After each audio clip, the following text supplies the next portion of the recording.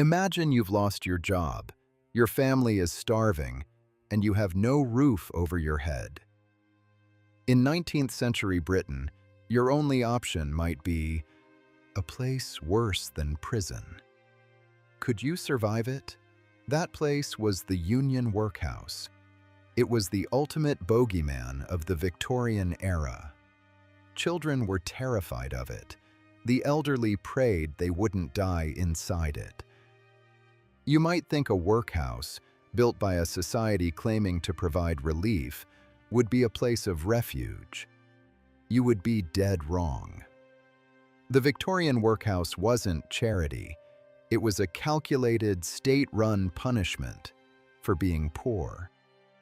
It was designed to make you so miserable that any escape felt better than staying inside. In many ways, the workhouse was engineered to be far worse than prison. This was entirely intentional, and the reason why comes down to a single, devastating concept of Victorian social engineering. Before 1834, local parishes gave small amounts of food or money directly to the poor at home. It wasn't much, but it kept families together. The ruling class hated this system. They believed compassion made people lazy, always. So, they changed the law. The Poor Law Amendment Act of 1834 abolished outside help almost entirely. If you wanted to survive, you had to surrender to the workhouse. The central doctrine behind this new system was called less eligibility. The rule was brutal. Conditions inside the workhouse must be worse than the most miserable life on the outside. If the workhouse was survivable, politicians argued you would flock to it. Every aspect of life inside was engineered to be deliberately dehumanizing. It was designed to break you. The workhouse wasn't built to help you. It was built to terrify you into accepting a starvation wage just to avoid its gates. And it worked. Let's walk through what happened the moment your desperate family surrendered. The physical toll was fast, but the psychological break was instant. The second you passed through those iron gates, you ceased to be a mother, a father, or a child. You became an inmate. The defining characteristic of the workhouse was the systematic destruction of the family. You were immediately classified based on sex, age, and your ability to work. And then, they took your family. Husbands were torn from wives. Parents were dragged away from weeping children. Elderly couples together for 50 years were sent to opposite sides of a massive stone compound, almost never to see each other again. Could you survive this? If you caught a glimpse of your child in the yard, simply waving was a punishable offense. If your sick child was moved to the infirmary, you might never be told their fate. The cruelty was the point.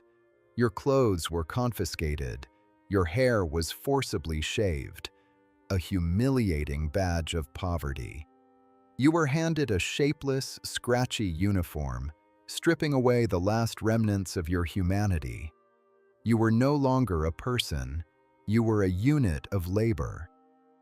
A day in the workhouse was a relentless cycle of bells, silence, and back-breaking effort. Waking at 5 a.m., you faced a grueling 12 to 15-hour workday. But remember the goal?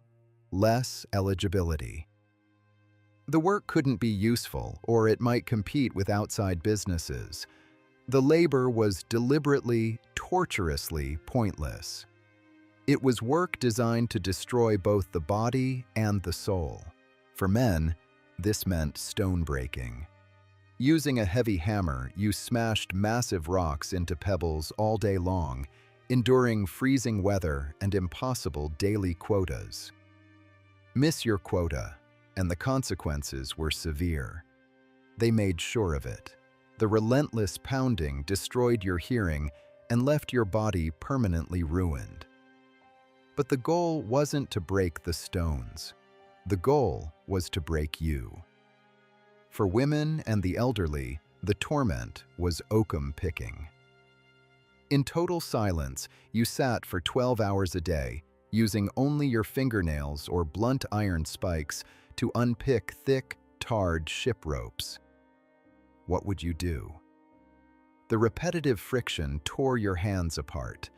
The air was so thick with toxic dust that it permanently damaged your lungs, causing a suffocating illness known as workhouse cough. But the darkest task was saved for last: bone crushing. You were forced to grind massive piles of old animal bones into fertilizer dust. It was an environment so deeply disturbing, it sparked national outrage during the 1845 Andover scandal.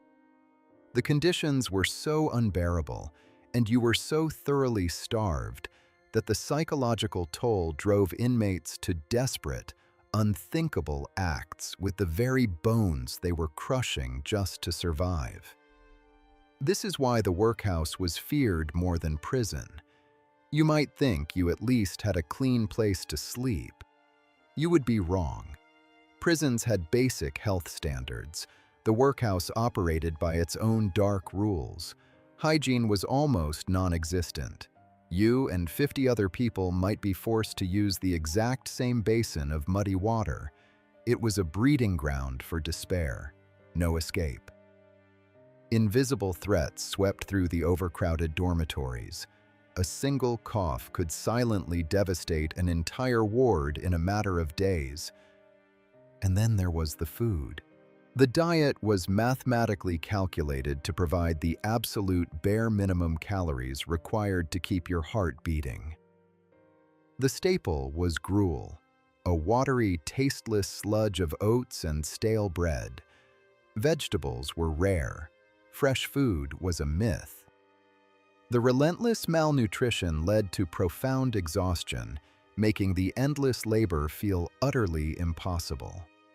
They wanted you desperate to leave. This system wasn't a secret. The horror was common knowledge. Charles Dickens weaponized this reality in his novel Oliver Twist.